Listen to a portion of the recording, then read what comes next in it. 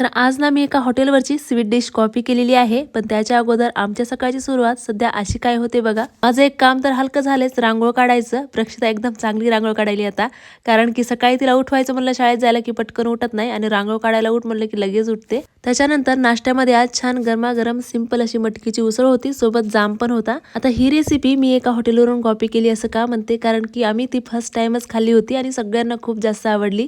काल जेव्हा आम्ही एका हॉटेलवरती जेवायला गेलो होतो मधुर भोज या ठिकाणी, तर तिथलची ही जी स्वीट डिश होती खूप जास्त आवडली आमच्या सगळ्यांना आणि दुसऱ्या दिवशी घरी येऊन मग मी बनवली ती. तर अर्धी वाटी दूध घेतले रूम टेम्परेचर वरती आणि त्याच्यामध्ये 3 चमचे कस्टर्ड पावडर ऍड करायचं, व्यवस्थित मिक्स करायचं आणि दुसरीकडे गॅसवरती आपल्याला अर्धा लिटर दूध जे आहे ते उकळून घ्यायचे. आता हे मिश्रण आपल्याला उकळत्या दुधामध्ये टाकत राहायचंय आणि एका हाताने चमच्याने याला मिक्स करत राहायचंय. अर्धी वाटी साखर टाकायची आणि घट्ट होईपर्यंत याला उकळी येऊ द्यायची. गॅस बंद करून याला एकदम थंड होऊ द्यायचे. त्याच्यामध्ये पपई, डाळिंब आणि ऍपल मी याच्यात ऍड केले. थोडा वेळ फ्रीज मध्ये ठेवायचा आणि तयार आहे फ्रूट